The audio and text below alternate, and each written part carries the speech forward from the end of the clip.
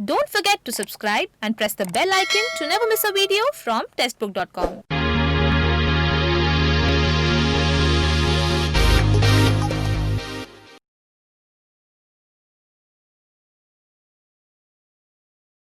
Hello officers, आज के इस सेशन में हम एक मेंस की पजल डिस्कस करने वाले हैं जिसकी थीम है रो प्लस कॉलम बेस्ड अरेंजमेंट, है ना।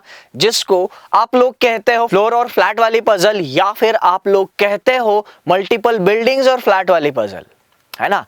एक्चुअली पजल को कभी भी उसके वेरिएबल के नाम से नहीं जाना जाता है, पजल को हमेशा उसकी थीम से जाना जाता है ना। तो यहां पर रो और कॉलम के कॉम्बिनेशन की एक पजल हम इस सेशन में डिस्कस करने वाले हैं, ठीक है। पजल क्या है, उसमें क्या चीजें दी है, पजल की थीम कौन सी है, ये आपको पजल सॉल्व करते वक्त खुद ही डिसाइड करना है। ज्यादा पजल के बारे में मैं पहले कुछ नहीं बताऊंगा, पहले आप लोग उस पजल को अपना 100% दोगे और फिर वो पजल हम यहां पे डिस्कस करेंगे। ओके, पजल दिखाने से पहले कुछ इंपॉर्टेंट चीजें हैं जो आपके साथ शेयर करनी है। मेंस की पजल को अगर कॉम्प्लिकेटेड बनाना हो तो सिर्फ और सिर्फ दो ही तरीके से कॉम्प्लिकेटेड बनाया जा सकता है, तीसरा तरीका प्रेजेंट है ही नहीं। तो अगर हमें पजल में मास्टर बनना है तो बस वो दो तरीके हमने समझ लिए, उनके साथ डील करने के हमने अपने स्किल्स को इंप्रूव कर लिया तो हम पजल में मास्टर बन जाएंगे ना, है ना। कौन से दो तरीके हैं? सबसे पहला इंफॉर्मेशन को घुमा फिरा के दिया जा सकता है। दूसरा तरीका जो नंबर ऑफ केसेस जिनको हम पॉसिबिलिटी कहते हैं, पॉसिबिलिटी ज्यादा बनाई जा सकती है। पजल किसी भी लेवल की रहने दो, उसको कॉम्प्लिकेटेड सिर्फ यही दो तरीकों से बनाया जा सकता है। पजल में क्या इंफॉर्मेशन दी है, अगर ये हमें ढंग से समझ में ही नहीं आई तो उस पजल को हम सॉल्व कर सकते हैं क्या? नहीं कर सकते। इसीलिए इंफॉर्मेशन के कॉम्प्लिकेटेड होने से या फिर पजल का जो थीम है, पजल में जो बेस बनाना है, उसको थोड़ा सा कॉम्प्लिकेट बना दिया जाए तो यहां पे पजल डिफिकल्ट हो सकती है। सबसे पहली बात, है ना, इंफॉर्मेशन को कॉम्प्लिकेटेड करके पजल बनाई जा सकती है और आजकल के मेंस एग्जामिनेशन का ट्रेंड देखे तो यही मेथड यूज की जा रही है किसी भी पजल को डिफिकल्ट बनाने के लिए। दूसरा तरीका जो थोड़ा सा आजकल कम यूज हो रहा है, पर उस तरीके से भी पजल को डिफिकल्ट बनाया जा सकता है जिसमें नंबर ऑफ केसेस ज्यादा बनेंगे, ठीक है। तो ये पजल मैं आपको अभी स्क्रीन पे दिखा रहा हूं, आप सॉल्व करते वक्त सारी चीजों को एनालाइज कीजिए कि इस पजल की थीम क्या है, इस पजल में इंफॉर्मेशन कैसे दी है, कैसे आपने पहले ही पढ़ी हुई चीजों को यहां पर कंबाइन किया है, ये सारी चीजों का आपको एनालिसिस करना है। क्योंकि यूजुअली मैंने बहुत बार सुना है एस्पिरेंट्स को कहते हुए कि इस बार मेंस में फलाना नया टाइप का आया था, ठीक है, ये इस बार कुछ नया ही किया था एग्जामिनर में, ठीक है। अगर आप थोड़ा सा ध्यान से देखते हैं वहां पर, तो आपने जो पहले अलग अलग 10 जगह पर चीजें पढ़ी हुई है, वो 10 चीजों में आपने जो सीखा होगा, उन 10 चीजों का कंसेप्ट अगर आप एक साथ उस क्वेश्चन में लगाते तो वो क्वेश्चन आसानी से सॉल्व हो जाता। आई एम श्योर इस वीडियो ने पजल सॉल्व करने की पूरी प्रोसीजर समझने में आपकी काफी हेल्प की होगी और हर एक बैंकिंग एस्पिरेंट पजल और सेटिंग अरेंजमेंट इस टॉपिक का इंपॉर्टेंस तो जानता ही है। ये एक वीडियो था कोर्स ऑफ द मंथ में जो पजल एंड सेटिंग अरेंजमेंट का कोर्स हमने सिलेक्ट किया है उसका। एग्जाम के बदलते हुए पैटर्न को ध्यान में रखते हुए इस कोर्स को हमने बड़ी बारीकी से डिजाइन किया हुआ है ताकि लेटेस्ट पैटर्न पे पूछे जाने वाले सारे पजल सॉल्व करने में आपको आसानी हो। ये कोर्स आपके सारे कंसेप्ट्स क्लियर करने में काम आएगा ही आएगा, उसी के साथ स्पीड और एक्यूरेसी बढ़ाने में भी काम आएगा। और यही तो चीजें चाहिए होती है कोई भी एग्जाम क्लियर करने के लिए, चाहे वो प्रीलिम्स हो चाहे मेंस हो। तो ये तो रही बस एक टॉपिक की बात, पर जरा सोचो ऐसे ही आपको बाकी सारे टॉपिक्स पे कोर्सेस मिल जाए तो coding decoding, score booster, seating arrangement, concept builder, advance syllogism, score booster और ऐसे ही 100 से भी ज्यादा कोर्सेस सब मिलेंगे आपको एक ही टेक्स्ट बुक पास के अंदर, जो आपको हर एक एग्जामिनेशन के लिए पूरी तरीके से तैयार करेगा। सिर्फ इतना ही नहीं, 1000 से भी ज्यादा practice sets, quizzes, study notes, test and discussions और 5500 से भी ज्यादा मॉक टेस्ट सीरीज, ये सारी चीजें आपको मिलेगी टेक्स्ट बुक पास के अंदर। In short, text book pass is one stop solution for cracking any exam. So get your text book pass from the direct link in the description below. चलिए आप और हम मिलके आपका सरकारी ऑफिसर बनने का सपना पूरा करते हैं, है ना। यानी पहले हमने जो अलग अलग सीख रखा है उससे जो अप्रोच हमें मिलता है वो अप्रोच हमारे लिए इंपॉर्टेंट होता है, जो थोड़े से हटके क्वेश्चंस हमें मेंस में मिलते हैं। तो इस सेशन में डिस्कस होने वाली पजल कुछ वैसी ही है, थोड़ी सी हटके। शायद आप में से कुछ लोगों ने उसको इससे पहले देखा नहीं होगा, है ना। तो पजल आपकी स्क्रीन पर है, वीडियो को यहीं पे पॉज कीजिए, अपना 100% इस पजल को दीजिए, उसके बाद यहाँ पे जो भी डिस्कशन होगा उसके लिए जाइए। चलिए डिस्कस करते हैं पजल को। नेक्स्ट स्लाइड पे चलेंगे। इसमें हमें क्या दिया है देखो।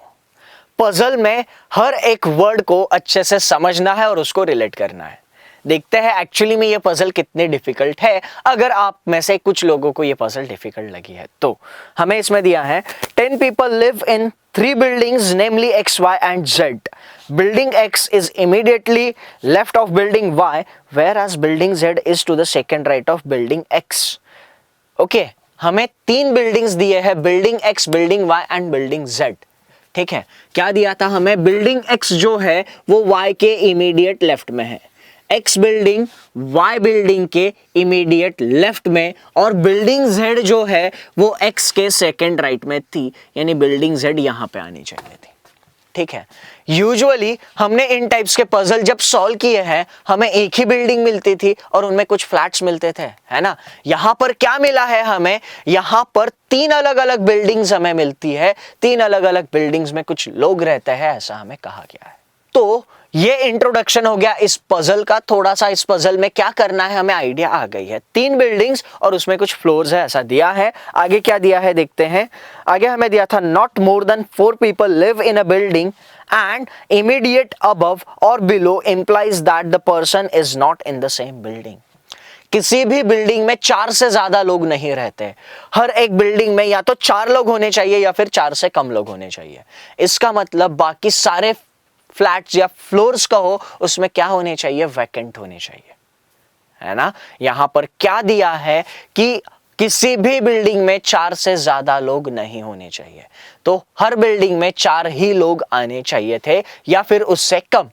ठीक है, चलो अब इसमें एक और कंडीशन हमें दी है, immediately above and immediately below means the persons are not in the same buildings. For example, अगर हमें दिया जाएगा A lives immediately above B, तो इसका मतलब ए का फ्लोर नंबर बी के फ्लोर नंबर से एक ज्यादा होगा और वो सेम बिल्डिंग में नहीं रहेंगे। फॉर एग्जांपल, बी रहता है बिल्डिंग एक्स में तीसरे फ्लोर पे, बी रहता है बिल्डिंग एक्स में तीसरे फ्लोर पे, ए उसके इमीडिएटली ऊपर, यानी ए का फ्लोर नंबर होना चाहिए था 4, पर ए एक्स में नहीं आ सकता क्योंकि इमीडिएटली अबव और इमीडिएटली बिलो देने का मतलब है उनकी बिल्डिंग सेम नहीं होनी चाहिए। तो ए का फ्लोर नंबर 4 वाई और जेड में से किसी में भी हो सकता है। ठीक है, तो इमीडिएटली अबव का मतलब फ्लोर नंबर +1 और दूसरी किसी बिल्डिंग में इमीडिएटली बिलो का मतलब -1 और फ्लोर वो दूसरे किसी बिल्डिंग में। ठीक है, चलो तो ये इस स्लाइड पे दी हुई सारी इंफॉर्मेशन सॉर्टेड है। अब हम चलेंगे नेक्स्ट स्लाइड पे। नेक्स्ट स्लाइड पे हमें पहला ही पॉइंट दिया था, as many floors are there below the floor in which A lives as it is above the floor in which B lives. ठीक है, पॉइंट क्या दिया है हमें? ए के नीचे जितने फ्लोर्स है, पॉइंट को ध्यान से समझते हैं, ए के नीचे जितने फ्लोर्स है उतने ही फ्लोर्स बी के ऊपर होने चाहिए थे। ये हमें पॉइंट दिया था। पॉइंट हमने रिलेट कर दिया क्योंकि कौन सी बिल्डिंग में कितने फ्लोर्स है हमें यही नहीं पता है। ठीक है, ओके, तो फिलहाल हम यहां पर पजल को स्टार्ट करते हैं। हमारा ध्यान यहां पर एक्स्ट्रा होना चाहिए क्योंकि हर बिल्डिंग में फ्लोर्स का काउंट हम कहां पर रेस्ट्रिक्ट कर सके ये हमें देखना है ना। किसी भी बिल्डिंग के फ्लोर का काउंट हमें नहीं पता है, तो हमें हर बिल्डिंग में कितने फ्लोर्स आ रहे हैं, कौन पर्सन कौन सी बिल्डिंग में आ रहा है, ये सारी चीजें सॉर्ट आउट करनी है। और इसके लिए किसी भी बिल्डिंग में टॉप फ्लोर कहां पे लोकेट कर सकते हैं ये हमें देखना पड़ेगा, है ना, यानी टॉप फ्लोर फाइनलाइज करने के लिए एक्स्ट्रा ध्यान हमें यहां पे देना पड़ेगा। ओके, ये पॉइंट पहला हो गया। उसके बाद आगे हमें दिया है there are 4 floors above the floor in which C lives. Point बहुत ज्यादा इंपॉर्टेंट है। पॉइंट कहा जा रहा है कि सी जिस फ्लोर पे रहता है उसके ऊपर 4 फ्लोर्स है, ठीक है, तो सी के फ्लोर के ऊपर 4 फ्लोर्स, ये पॉइंट हमने नोट डाउन कर लिया। उसके बाद आगे हमें दिया है C does not live in the building Y but lives on the floor number 5। C कौन सी बिल्डिंग में नहीं रहता है? सी बिल्डिंग वाई में नहीं रहता है, वाई में सी नहीं आना चाहिए, पर सी का फ्लोर नंबर कौन सा होना चाहिए था? 5। अब जरा देखो, हमें यह दिया था ना कि सी के ऊपर 4 फ्लोर्स होने चाहिए, इसका मतलब सी के ऊपर जो चौथा फ्लोर होगा वही टॉप फ्लोर होना चाहिए था ना, है ना। सी के ऊपर 1 2 3 4 फ्लोर्स होने चाहिए थे, ठीक है, सी के ऊपर 4 फ्लोर्स होने चाहिए थे, इसका मतलब सी के ऊपर का चौथा फ्लोर टॉप फ्लोर होना चाहिए था। अगर सी में, ठीक है, अगर सी 5वें फ्लोर पे रहता है तो सी जिस किसी भी बिल्डिंग में रहता हो उस बिल्डिंग में टोटल फ्लोर्स कितने होंगे पता चल सकता है, ठीक है। 5वें के बाद 6वां फ्लोर, 7वां फ्लोर, 8वां फ्लोर एंड ये 9th फ्लोर। इसका मतलब क्या हुआ? सी जिस किसी भी बिल्डिंग में रह रहा है उस बिल्डिंग में टोटल 9 फ्लोर्स होने चाहिए। फाइनल कैसे पता चला? हमें दिया था सी का फ्लोर नंबर 5 और उसके ऊपर 4 फ्लोर, जाहिर सी बात है सी के ऊपर का चौथा फ्लोर टॉप होना चाहिए था, इसका 5 है तो उसका फ्लोर नंबर 9, चीजें सॉर्ट आउट, है ना। यहां पर हम एक्स्ट्रा ध्यान किस पे दे रहे हैं?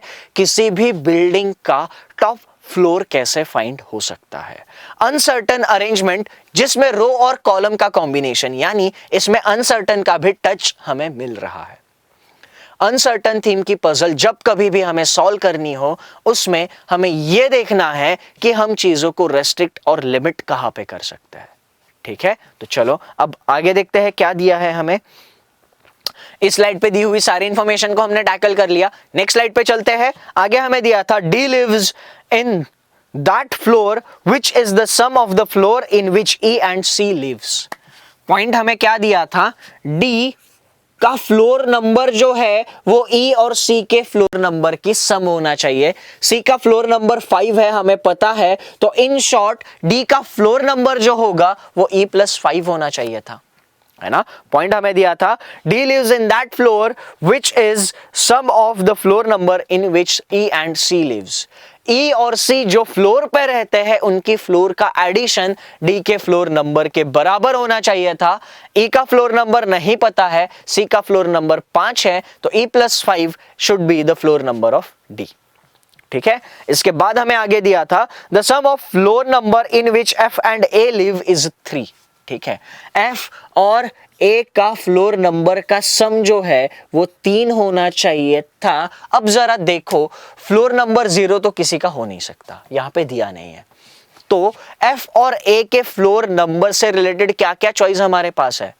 फ्लोर नंबर स्टार्ट कहां से होंगे? 1 से ही होंगे ना, 1 2 3 4 5 6। कितने हमें नहीं पता है, कितने फ्लोर्स है हमें नहीं पता है, पर एक बात तो यहां से ये क्लियर हो जाएगी ना कि एफ और ए का फ्लोर नंबर जो है वो 1 या 2 इसमें से ही कुछ ना कुछ हो सकता है, क्योंकि अगर हमें इन दोनों की टोटल 3 चाहिए तो 1 और 2 इन 2 नंबर्स के अलावा हमारे पास कुछ भी ऑप्शंस नहीं है, ठीक है। बस यही 2 ऑप्शंस है जो हमें 3 टोटल दे सकते हैं। ओके, तो यहां पर एफ और ए के टेंटेटिव फ्लोर्स हमें पता चल गए, कौन सी बिल्डिंग में आ रहा है ये अभी भी पता नहीं है। पजल में जैसे जैसे आप कंडीशंस पढ़ रहे हो समझो और उसके सारे पॉसिबल इंप्लीकेशन समझो। पॉसिबल इंप्लीकेशंस मतलब वहां पर क्या क्या पॉसिबिलिटीज बन सकती है, उस इंफॉर्मेशन को हम किस किस वे में इस बेस में रिलेट कर सकते हैं, ये सारी चीजें समझ में आना जरूरी है, ठीक है। रीजनिंग की पजल्स को अगर एक लाइन में समराइज करना चाहे तो मैं एक लाइन में इन पजल्स को समराइज कर सकता हूं। पजल्स और are all about knowing and handling the possibilities. Puzzles अगर सॉल्व करना है तो पॉसिबिलिटीज समझ में आनी चाहिए, समझ में आने के बाद उसको हैंडल करना आना चाहिए, ठीक है। चलो ये पॉइंट हमने यहां पर देख लिया।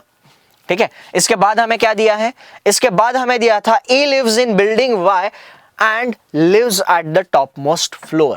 ठीक है, पॉइंट हमें दिया था E जो है बिल्डिंग Y में रहता है और वो बिल्डिंग Y के टॉप मोस्ट फ्लोर पे रहता है।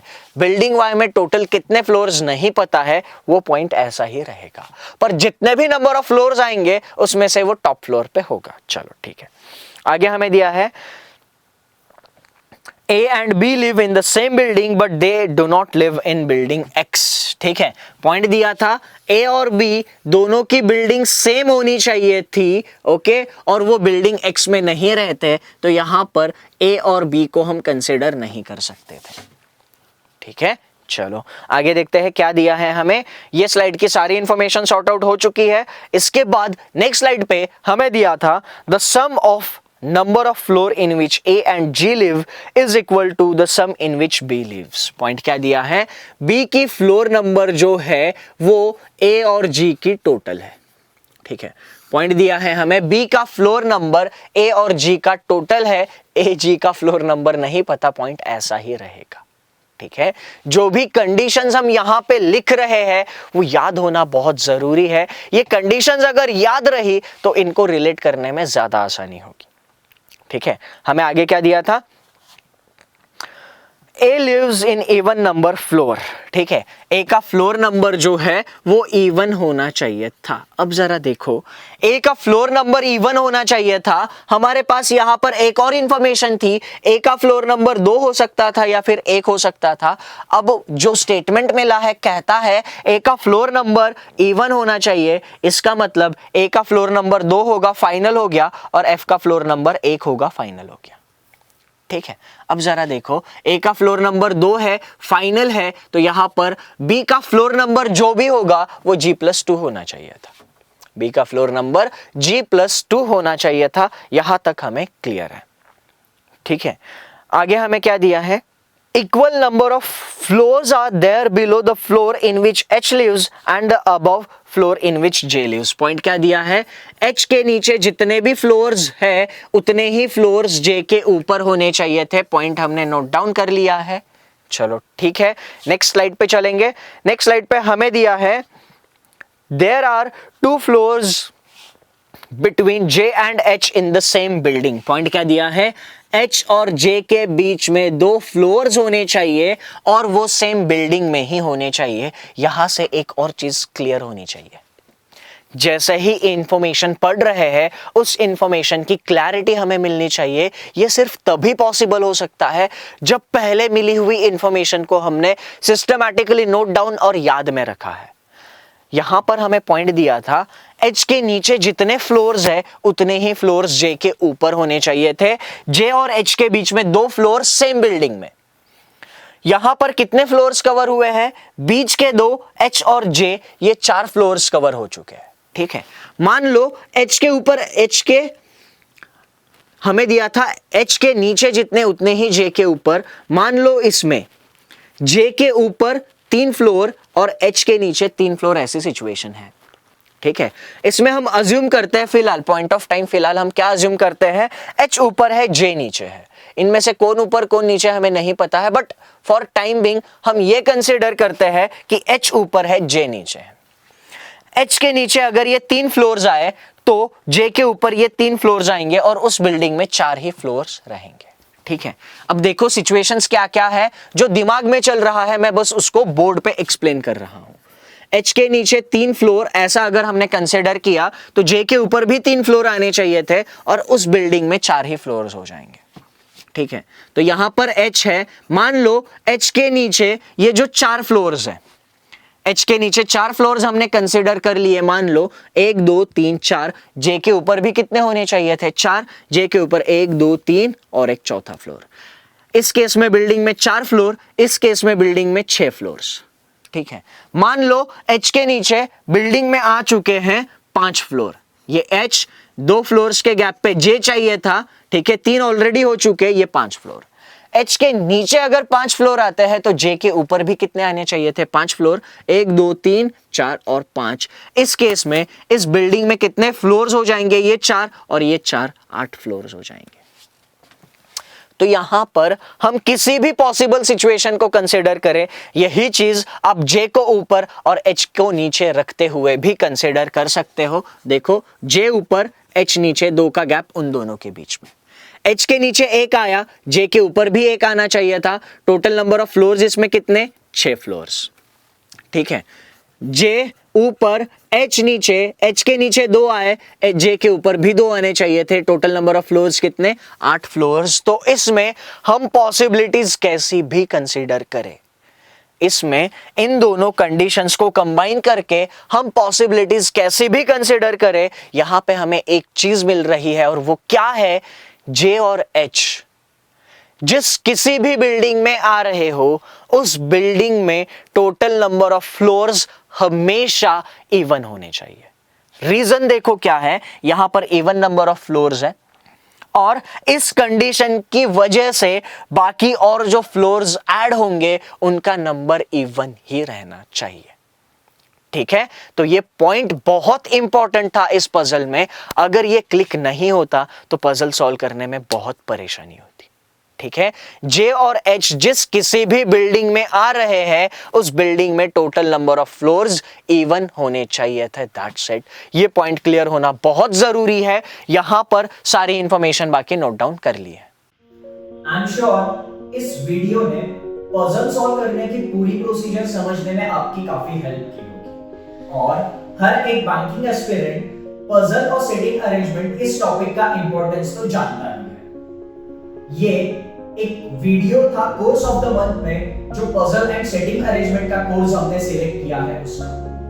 एग्जाम के बदलते हुए पैटर्न को ध्यान में रखते हुए इस कोर्स को हमने बड़ी बारीकी से डिजाइन किया हुआ है, ताकि लेटेस्ट पैटर्न पे पूछे जाने वाले सारे पजल सॉल्व करने में आपको आसानी हो। ये कोर्स आपके सारे कंसेप्ट्स क्लियर करने में काम आएगा ही आएगा, उसी के साथ स्पीड और एक्यूरेसी बढ़ाने में भी काम आएगा। और यही तो चीजें चाहिए होती है कोई भी एग्जाम क्लियर करने के लिए, चाहे वो प्रीलिम्स हो चाहे मेंस हो। तो ये तो रही बस एक टॉपिक की बात, पर जरा सोचो ऐसे ही आपको बाकी सारे टॉपिक्स पे कोर्सेज मिल जाए तो coding decoding, score booster, seating arrangement, concept builder, advance syllogism, score booster और ऐसे ही 100 से भी ज्यादा कोर्सेज सब मिलेंगे आपको एक ही टेक्स्ट बुक पास के अंदर, जो आपको हर एक एग्जामिनेशन के लिए पूरी तरीके से तैयार करेगा। सिर्फ इतना ही नहीं, 1000 से भी ज्यादा practice sets, quizzes, study notes, test and discussions और 5500 से भी ज्यादा मॉक टेस्ट सीरीज, ये सारी चीजें आपको मिलेगी टेक्स्ट बुक पास के अंदर। In short, text book pass is one stop solution for cracking any exam. So get your textbook pass from the direct link in the description below. चलिए आप और हम मिलके आपका सरकारी ऑफिसर बनने का सपना पूरा करते हैं। अब देखो यहां पर ये तो फाइनल हो गया, एच और जे के बीच में, मतलब जो भी बिल्डिंग में आएंगे इवन नंबर ऑफ फ्लोर होने चाहिए। तो यहां से एक बात कंफर्म हो जाएगी। कौन सी बात, देखो सी जिस बिल्डिंग में था, सी जिस बिल्डिंग में था उस बिल्डिंग में 9 फ्लोर्स होने वाले थे, इसका मतलब C H J same building में नहीं आ सकते, ये भी कंफर्म हो जाएगा। चलो ठीक है, आगे देखते हैं हमारे पास क्या था। आगे हमें दिया था I lives on that floor number which is immediately below the floor number in which G lives. Point क्या दिया था, आई उस फ्लोर पे रहता है जो फ्लोर, ठीक है, आई उस फ्लोर पे रहता है जो फ्लोर जी के तुरंत नीचे है, यानी आई का फ्लोर नंबर G-1 होना चाहिए था। I lives on that floor number which is immediately below the floor number in which G lives. G का फ्लोर नंबर अगर 7 है, I का 6 होना चाहिए था, क्योंकि यहां पर इमीडिएटली बिलो कहा गया है। I और G सेम बिल्डिंग में नहीं आ सकते। I और G ये दोनों डिफरेंट बिल्डिंग्स में होने चाहिए थे। रीजन, शुरुआत में हमें एक नोट दी थी, immediately above, immediately below does not mean they are in the same building. They should be in different buildings if the words immediately below and immediately above are used. ठीक है, ऐसे words use हुए हैं तो उनको अलग building में ही होना चाहिए, इसका मतलब I और G अलग बिल्डिंग्स में है।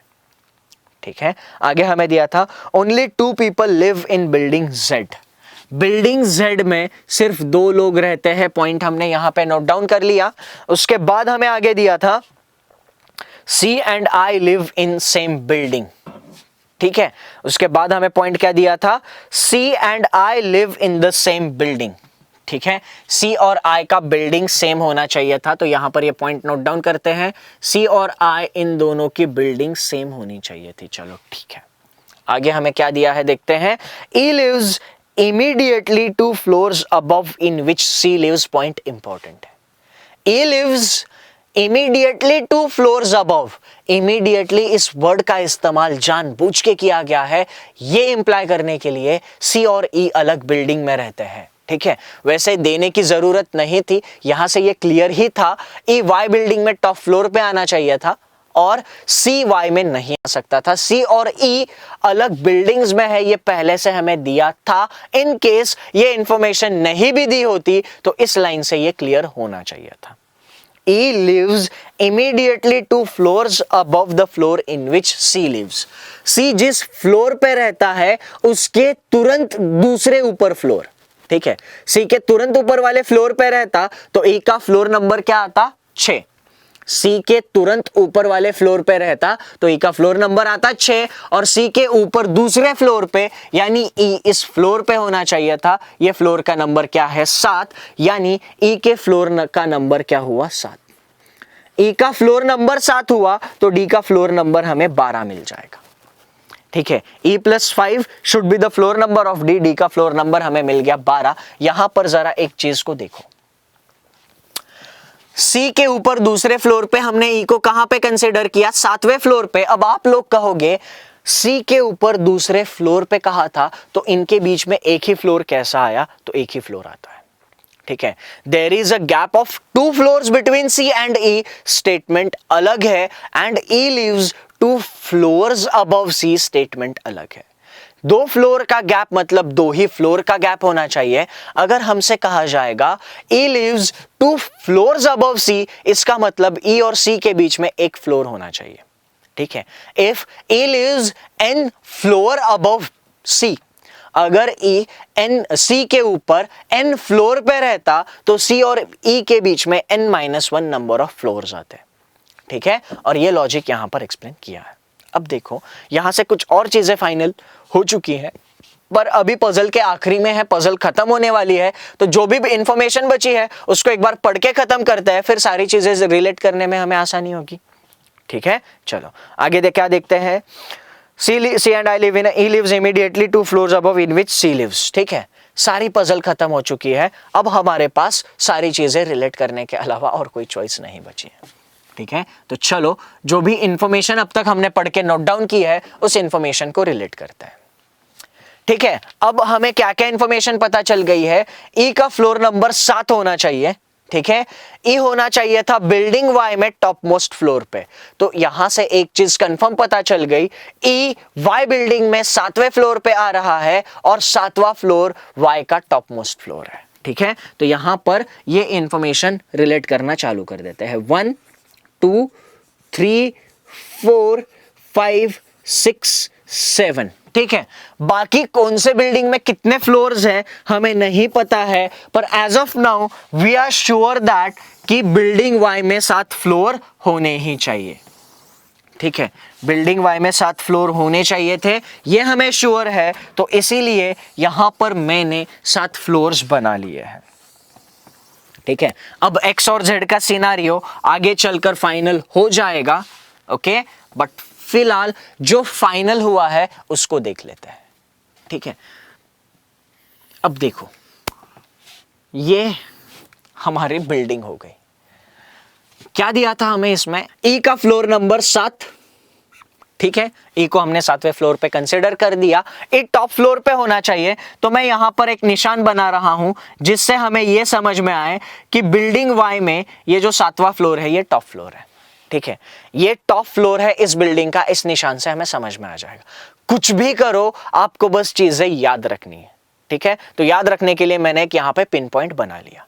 चलो अब यहां पर ई का फ्लोर नंबर फाइनल हो गया, डी का फ्लोर नंबर 12 है। यहां से एक और चीज फाइनल हो जाएगी, या तो एक्स में 12 फ्लोर होने चाहिए या फिर जेड में 12 फ्लोर होने चाहिए। अब जरा देखते हैं, ये फ्लोर 12 नंबर से कंटिन्यू हो गए, इतना भी हमें पता चल गया है। 12 के आगे जाएंगे या नहीं, नहीं पता है, ठीक है। तो ये 7 हो गया, ये 8th फ्लोर, ये 9th फ्लोर, ठीक है। उसके बाद ये 10th, 11th and 12th floor, ठीक है। तो ये हम ऐसे आगे कंटिन्यू करेंगे। हमें यहां पर फिलहाल नहीं पता है कि ये फ्लोर नंबर्स कहां पे और कैसे जाएंगे, कुछ भी आइडिया नहीं है। तो चलो हम अभी देखते हैं कि सिनारियो कैसे कहां कहां पर फाइनल होगा। हमें इतना तो पता है ना कि बिल्डिंग सी में अब इसके ऊपर फ्लोर नहीं होने चाहिए थे, तो यहां पर ये वाली चीजें हम हटा देते हैं, ठीक है। बिल्डिंग सी का ये टॉप मोस्ट फ्लोर था, इसके ऊपर सी में फ्लोर्स नहीं होने चाहिए। अब डी को रिलेट करने की कोशिश करते हैं, क्या क्या चीजें फाइनल हो सकती है देखते हैं, ठीक है। अब जरा देखो यहां पर डी 12वें फ्लोर पे होना चाहिए था। अब डी 12वें फ्लोर पे हम एक्स में कंसिडर करें या जेड पे पता नहीं है, तो डी को फिलहाल जेड में कंसिडर करके देखते हैं। डी श्योर नहीं है, हम डी की पॉसिबिलिटी यहां पे चेक कर रहे हैं, ठीक है। डी को हम जेड में चेक कर रहे हैं कि वो 12वें फ्लोर पे आ सकता है कि नहीं आ सकता, ओके। अब जरा देखो, डी हमने 12वें फ्लोर पे कंसिडर कर लिया, ठीक है। उसके बाद हमारे पास इंफॉर्मेशन क्या है, एच और जे जो है वो हमें रिलेट करने हैं, और सी का फ्लोर नंबर 5 होना चाहिए था, ओके। और सी जिस किसी भी बिल्डिंग में होगा उस बिल्डिंग में 9 फ्लोर होने चाहिए थे। सी बिल्डिंग वाई में नहीं होगा, सी बिल्डिंग जेड में भी नहीं होगा, क्योंकि सी को 5वें फ्लोर पे लेना है और उस बिल्डिंग में 9 ही फ्लोर होने चाहिए थे। बिल्डिंग जेड में अब तक तो 12 फ्लोर्स आ चुके हैं, ठीक है। तो इस केस में डी को वहां पर ले लिया, तो सी कौन सी बिल्डिंग में आ जाएगा, सी आ जाएगा बिल्डिंग एक्स में, ओके। यहां पे हम पॉसिबिलिटीज चेक कर रहे हैं, ओके। और बिल्डिंग एक्स में इस केस में टोटल फ्लोर्स कितने हो जाएंगे, 9 फ्लोर्स, ठीक है। हमने इससे रिलेटेड एक पॉइंट देखा था, ये दोनों उसी बिल्डिंग में होंगे जिस बिल्डिंग में फ्लोर नंबर्स इवन है। इस बिल्डिंग में टोटल नंबर ऑफ फ्लोर्स कितने हैं, इस बिल्डिंग में टोटल नंबर ऑफ फ्लोर्स है 9, इसमें नहीं आ सकते। इस बिल्डिंग में टोटल नंबर ऑफ फ्लोर्स है 7, इसमें भी नहीं आ सकते। इस बिल्डिंग में अभी फ्लोर्स कितने हैं पता है क्या हमें, नहीं। इसमें एक जो आखिरी स्टेटमेंट दिया था, D lives on the top most floor, ठीक है। इसमें एक आखिरी स्टेटमेंट जो दिया था, D lives on the top most floor, इससे ये भी फाइनल हो जाता है कि यहां पे ये जो है 12th फ्लोर टॉप मोस्ट होना चाहिए था, ठीक है। 12th फ्लोर टॉप मोस्ट होना चाहिए था। इस बिल्डिंग में कितने हो जाएंगे, यहां पे 12 फ्लोर्स, यानी जे और एच जो है हमें बिल्डिंग जेड में ही कंसिडर करने पड़ेंगे। जरा देखो, आप जरा देखो, जे और एच हमने यहां पे कंसिडर कर लिया, बिल्डिंग जेड में कितने लोग हो जाएंगे, 3 लोग। कौन कौन से, डी ऑलरेडी आ चुका है, एच और जे 2 और आ जाएंगे, 3 लोग हो जाएंगे। पर जेड में अलाउड कितने लोग हैं, सिर्फ 2 लोग। इसका मतलब डी को हम यहां पे कंसिडर कर सकते हैं क्या, नहीं कर सकते। रीजन, डी जिस किसी भी बिल्डिंग में होगा उस बिल्डिंग में एच और जे आने चाहिए थे, ठीक है। यहां पर चीजें सही नहीं जा रही हैं, मतलब फाइनल हो चुका है। डी उस बिल्डिंग में जेड में नहीं आ रहा है, डी इसमें आ नहीं सकता। डी किस में आना चाहिए था, एक्स में, फाइनल, ठीक है।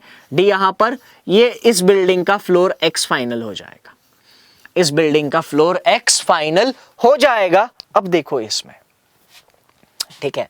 अब इसमें हमें जे और एच को रिलेट करना है, कैसे रिलेट कर सकते हैं, फिलहाल थोड़ा सा वेट करते हैं। अब इसमें आगे क्या क्या इंफॉर्मेशन हमें मिलती है जरा देखते हैं। ये रिलेट हो गया। अब सी को रिलेट करना आसान है ना, सी का फ्लोर नंबर 5 इसमें नहीं ले सकते, इसमें नहीं ले सकते, तो सी का फ्लोर नंबर 5 कौन सी बिल्डिंग में होना चाहिए था, बिल्डिंग जेड में होना चाहिए था। सी का फ्लोर नंबर 5 बिल्डिंग जेड में होना चाहिए था। उस बिल्डिंग में फ्लोर कितने होने चाहिए थे, 9 फ्लोर्स। तो बिल्डिंग जेड में 9 फ्लोर्स होंगे, ये ऊपर के फ्लोर्स इस बिल्डिंग में प्रेजेंट नहीं होंगे। देखा जाए तो हर बिल्डिंग में टॉप फ्लोर हमने फाइनल कर दिया है। जैसा कि हमने देखा था, यहां पर टॉप फ्लोर्स को फाइनल करने के लिए एक्स्ट्रा एफर्ट्स हमें लेने थे, ठीक है, तो चलो अब यहां पर एक पॉइंट हमें देखना था, H और J के बीच में 2 का गैप आना चाहिए था। H के नीचे जितने उतने ही J के ऊपर होने चाहिए थे। अब कितने फ्लोर्स का गैप कवर हो रहा है यहां पर? 4 फ्लोर्स। कितने फ्लोर्स कवर हो रहे हैं? 4। J और H दोनों इसी बिल्डिंग में लेने हैं। यहां पर इसमें टोटल फ्लोर्स कितने हैं? 12। 12 में से ये 4 फ्लोर्स अगर हम हटा देंगे तो फ्लोर्स बचेंगे कितने? 8 फ्लोर्स। ये जो 8 फ्लोर्स है इनके ऊपर और नीचे इवनली डिस्ट्रीब्यूट होने चाहिए थे। इसका मतलब H के ऊपर 4 फ्लोर्स, ठीक है, और J के नीचे 4 फ्लोर्स, ऐसी सिचुएशन आ सकती है। ठीक है, तो 1 2 3 4 फ्लोर्स छोड़ के यहां पर H को कंसिडर करेंगे, 1 2 3 4 फ्लोर्स छोड़ के नीचे J को कंसिडर करेंगे। कैसे सॉर्ट आउट किया हमने? इस बिल्डिंग में J और H को लेना था, ये पहले ही सॉर्ट आउट हो चुका था क्योंकि ये दोनों उसी बिल्डिंग में आने चाहिए थे जिसमें इवन नंबर ऑफ फ्लोर्स है। ठीक है, अब जरा देखो यहां पर ये सारी चीजें फाइनल हो गई है ना। उसके बाद 12 में से ये 4 फ्लोर्स हमने हटा दिए, 8 फ्लोर बचे थे। वो 8 फ्लोर्स को इनके ऊपर नीचे इवनली डिस्ट्रीब्यूट करना था, तो 4 को हमने कर दिया। अब यहां पर एक और सिचुएशन पॉसिबल हो सकती है। हम H को यहां पर ले सकते हैं, H को हम यहां पर ले सकते हैं और J को हम इस फ्लोर पे भी ले सकते हैं। देखो J के ऊपर कितने फ्लोर्स हैं? 4। और यहां पर H के नीचे कितने फ्लोर्स हैं? 4। जितने फ्लोर्स J के ऊपर उतने ही H के नीचे केस सेटिस्फाई हो रही है। H यहां पर लिया तो H के नीचे 1 2 3 4 5 6 7 फ्लोर्स, J के ऊपर 1 2 3 4 5 6 7 फ्लोर्स। तो H और J कहां पर आएंगे फिलहाल पता नहीं है। ठीक है, चलो अब आगे यहां पर क्या क्या चीजें और फाइनल हो सकती है देखते हैं। अब हमें पता है A और B दोनों के दोनों सेम बिल्डिंग में आने चाहिए थे और वो X में नहीं हो सकते। A और B दोनों सेम बिल्डिंग में X में नहीं हो सकते, वो Z में भी नहीं हो सकते। क्यों? Z में ऑलरेडी C आ चुका है। A और B दोनों को कंसिडर करेंगे तो 3 लोग हो जाएंगे जो अलाउड नहीं है। तो जाहिर सी बात है A और B बिल्डिंग Y में आने चाहिए थे। A का फ्लोर नंबर कौन सा होना चाहिए था? 2। ठीक है, तो A का फ्लोर नंबर यहां पर 2 फाइनल हो जाएगा। ठीक है, अब हमें यहां पर यह देखना है कि B का फ्लोर नंबर कैसे फाइनल हो सकता है। ठीक है, A का फ्लोर नंबर हमें क्या मिला? 2। ओके, F का फ्लोर नंबर मिलता है हमें 1। ठीक है, F का फ्लोर नंबर हमें क्या मिला है? 1। तो F फर्स्ट फ्लोर पे हमें कौन सी बिल्डिंग में लेना है? अब F फर्स्ट फ्लोर पे इस बिल्डिंग में आ सकता है या फिर इस बिल्डिंग में आ सकता है। ठीक है, अभी देखेंगे कि कहां पर कैसे चीजें सॉर्ट आउट हो सकती है। I और G का फ्लोर नंबर डिफरेंट होना, I और G की बिल्डिंग डिफरेंट होनी चाहिए थी। ठीक है, अब C और I भी अलग अलग बिल्डिंग में होने चाहिए थे। इसका मतलब I हम यहां पर नहीं कंसिडर कर सकते। I अगर कंसिडर करेंगे या तो यहां पर कंसिडर करना पड़ेगा या फिर यहां पे कंसिडर करना पड़ेगा। अब देखो इसमें हमें एक पॉइंट दिया था C और I सेम बिल्डिंग में है, इसका मतलब I यहां पर इस बिल्डिंग में आना चाहिए था। I कहां पर आना चाहिए था? Z में। Z में C और I ये दोनों लोग फाइनल हो चुके हैं। Z में 2 ही लोग चाहिए थे और तीसरा आएगा नहीं। अब F को यहां पे लेना है कि यहां पे, ये देखते हैं। ठीक है, हमारे पास इंफॉर्मेशन थी कि F का फ्लोर नंबर 1 होना चाहिए था। ओके, तो F को बिल्डिंग X में कंसिडर करना है कि बिल्डिंग Y में। ओके, तो यहां पर F अभी पेंडिंग है और कौन कौन लोग पेंडिंग है हमारे पास जरा देखते हैं। और हमारे पास पेंडिंग है B। ठीक है, और हमारे पास पेंडिंग है G। ठीक है, हमें 10 लोग दिए थे, 10 में से कितने सॉर्ट आउट कर दिए हमने? 3 2 5 6 और 1 7, 3 लोग बचे थे। ये 3 लोग हमें फाइनल करने हैं। उसमें से हमें ये पता है कि I और G डिफरेंट होने चाहिए, जाहिर सी बात है। ठीक है, अब F इसमें आएगा कि इसमें आएगा, ये कहां से फाइनल हो सकता है? ओके, ये हमें इस कंडीशन से फाइनल होगा। A और F डिफरेंट बिल्डिंग में रहते थे तो F का फ्लोर नंबर 1 यहां पे F बिल्डिंग X में फाइनल हो जाएगा। शुरुआत में ही हमें दिया था इनका फ्लोर, इनकी बिल्डिंग डिफरेंट होनी चाहिए थी। अब हमारे पास बचा है सिर्फ G और B। ठीक है, B का फ्लोर नंबर A और G की एडिशन होनी चाहिए थी। ठीक है, G+2 ये फ्लोर नंबर होना चाहिए था B का, और G का फ्लोर नंबर जो है उसमें से 1 माइनस करेंगे तो I का फ्लोर हमें मिलना चाहिए था। अब यहां से हमें B और I का फ्लोर नंबर फाइनल करना है। B I G इनके फ्लोर नंबर्स फाइनल करने हैं। अब इसको फाइनल करने के लिए जो इंफॉर्मेशन बची है उसकी तरफ जरा ध्यान देते हैं। ए के नीचे जितने फ्लोर थे उतने ही फ्लोर बी के ऊपर होने चाहिए थे। ए के नीचे एक फ्लोर आ चुका है तो बी के ऊपर भी कितने फ्लोर आने चाहिए थे? बी के ऊपर भी एक ही फ्लोर आना चाहिए था। फाइनल इंफॉर्मेशन कौन कौन सी बची है उसके ऊपर ध्यान देते हैं तो चीजें हमें क्लिक होती जाती है। ठीक है, तो यहां पर ए बी फाइनल हो गए।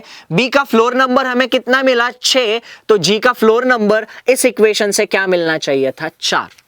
जी कौन सी फ्लोर पे आना था? बिल्डिंग में आना था, वाई बिल्डिंग में। जी का फ्लोर नंबर 4, जी फाइनल। जी का 4 मिला है तो आई का फ्लोर नंबर होना चाहिए था 3, आई की भी पोजीशन फाइनल। ठीक है, यहां पे सारी चीजें फाइनल हो चुकी है।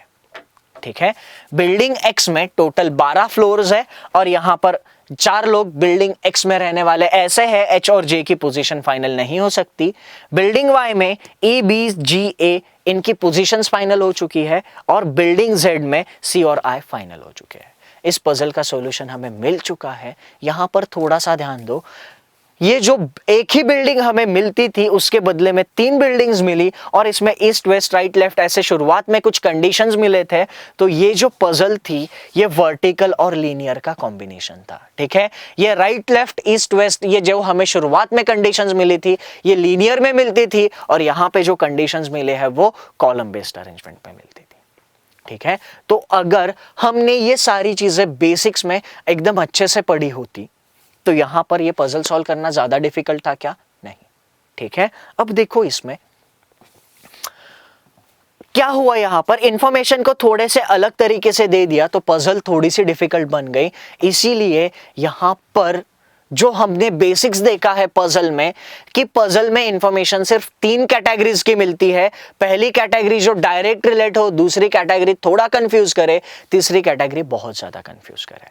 तो इसमें इंफॉर्मेशन जो हमें मिली थी इन्हीं 3 कैटेगरी में से थी। इनके साथ कैसे डील करना है ये अगर हमने देख लिया तो पजल सॉल्व करना ज्यादा डिफिकल्ट था नहीं। आई होप आपको इस पजल का डिस्कशन क्लियर है। इस सेशन में हम यहीं पे रुकेंगे। Thank you and have a nice time.